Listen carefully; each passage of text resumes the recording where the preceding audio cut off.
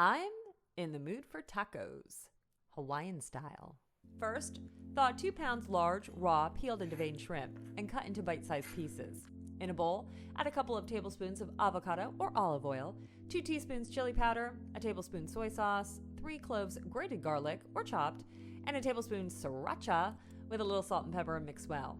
In another bowl, add 2 cups chopped fresh pineapple, not parsley, pineapple, 1 thinly sliced shallot, a cup of frozen corn kernels, but raw fresh corn works too, 1 whole poblano pepper with some more oil, and mix that well.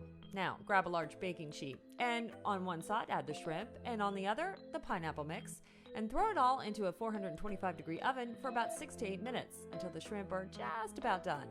Then, turn on your broiler and broil everything for 1 to 2 minutes until the pineapple and corn mixture begins to char. Now, if you're worried your shrimp is already cooked before you broil, simply remove said shrimp. That's why we separate the ingredients on the pan.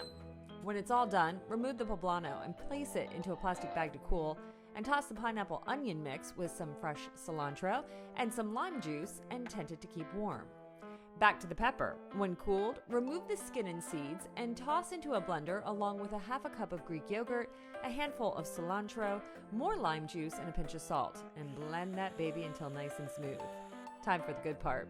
Spoon the pineapple shrimp into a warm tortilla, drizzle with the poblano sauce, and top with some chopped avocado and a few sprigs of cilantro. Now that's what I'm talking about.